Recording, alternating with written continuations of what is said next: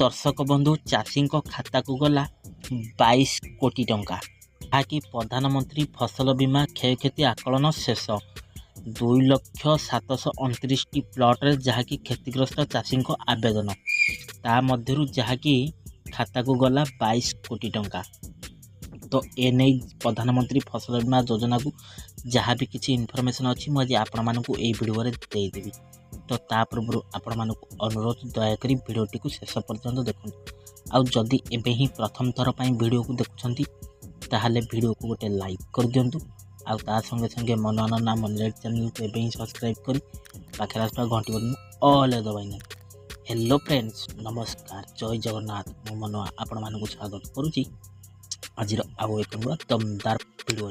तो दर्शक बंधु जहाँकि सूचना आसी आपण मैंने देखिपे प्रधानमंत्री फसल बीमार जहाँकि क्षयक्षति आकलन शेष आउ यही आकलन जहाँकि क्षयक्षतिर जो आकलन होती जहाँकि 2,07,29 प्लॉट क्षतिग्रस्त चाषी आवेदन अमलर परवर्ती फसल क्षति आकलन कार्य शेष होईछि जहाँकि सोमवार सुधा प्राय 1 कोटी क्षतिग्रस्त प्लॉट बाबद को जहाँकि मोट 21 कोटी 96 लाख टंका क्षतिपूरण सीधा सड़क चाषी मानक बैंक खाता को प्रदान करा जाय। जहाँकि बीमा कंपनी मानक पक्षरु एही क्षतिपूरण प्रदान करिया प्रक्रिया सुचारू रूपे जारी रही। सूचना योग्य जे गत डिसेम्बर मासरे दुई थर जहाँकि अदिनिया वर्षा जोगु राज्य में खरीफ फसल विशेषकर अमल हो सारी जमीरे थिबा धान फसल व्यापक क्षयक्षति परिलक्षित होइतला। तो एथिपाई जहाँकि प्रधानमंत्री फसल बीमा योजना रे पंजीकृत चाषी भाई मानक क्षतिपूरण प्रदान निमते जहाँकि 22 घंटा मध्य फसल बीमा पोर्टाल रे क्षयक्षति सूचना देवाई राज्य सरकार पक्षर अनुरोध करा जायतिला। जहाँकि केंद्र सरकार अनुमति क्रमे निर्धारित समय मध्य सूचना प्रदान करनथिबा चाषी भाई मानक सूचना प्रदान निमते जहाँकि पुनर्बार 3 थर सुजोग मध्य दिया जाइतला। तो यही प्रधानमंत्री फसल बीमा योजना रे जहाँकि बीमा अंतर्भुक्त होइतिबा पंजीकृत चाषी माने जहाँकि फसल बीमा पोर्टाल रे मोट 2,07,29 प्लॉट रे क्षति होइतिबा आवेदन करथिले। ता मध्यरु जहाँकि गंजाम जिला रे जहाँकि सर्वाधिक 48,996 संख्यक आवेदन पत्र मिलिथिला बेले गंजाम समेत गजपति, पुरी, केन्द्रापड़ा, नयागढ़, कटक, खोर्धा एवं जगतसिंहपुर जिलूर जहाँकि मोट 1,62,972 संख्यक आवेदन पत्र मिलता।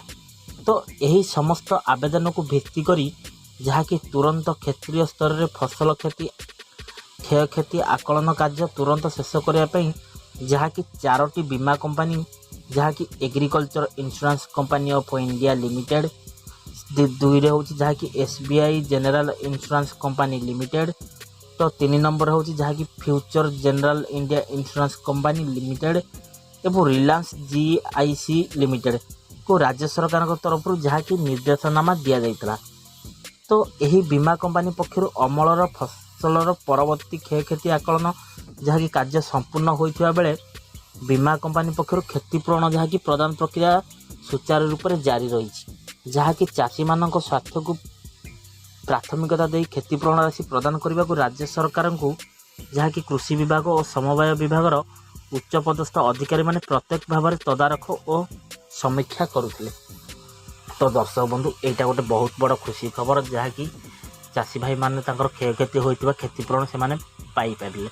तो दर्शक आरंभ भी बार बार कही जहाँकि आपण माने जदि फसल करुछंती चाषी तो आपन को 1 टंका दे जहाँकि एकर को जहाँकि फसल बीमा प्रधानमंत्री फसल बीमा इंश्योरेंस टी करंतु जहाँकि बन्या बात्या मरुड़ी ताको कहारी की विशेष न किए केतेले आसीबो अदिनिया को किए कहि आसीबो। तो सेति आपण माने जदि करिथिबे तो आपणकर क्षतिपूरण आपण माने पाई परिए। तो दर्शक ए नै आपण मानकर मतामत कोन मो कमेंट बॉक्स रे मतामत दा। जदि वीडियोटी भल लागिछि एबे ही वीडियो को टे लाइक कर दियंतु। आ ता संगे संगे मनोरंजन मनोरेट चैनल को एबे ही सब्सक्राइब करी पाखे रास्ता घंटी बटन ऑल दबाइले। आ दर्शक बंधु वीडियोटा को बहु मात्रा सांग मान शेयर करंतु जहाँकि से माने यही प्रधानमंत्री फसल बीमा विषय जानीपारी से जहाँकि आगामी वर्ष से प्रधानमंत्री फसल बीमा करेंगे। तो दर्शक बंधु आज वीडियोटा को ये रखुच्छी पुणी देखा नेक्स्ट एक एपिसोड रे पुणी एक नुआ अध्याय को नहीं से पर्यटन मत विदाय दिंतु। रोची नमस्कार, टेक केयर, बाय बाय, जय जगन्नाथ।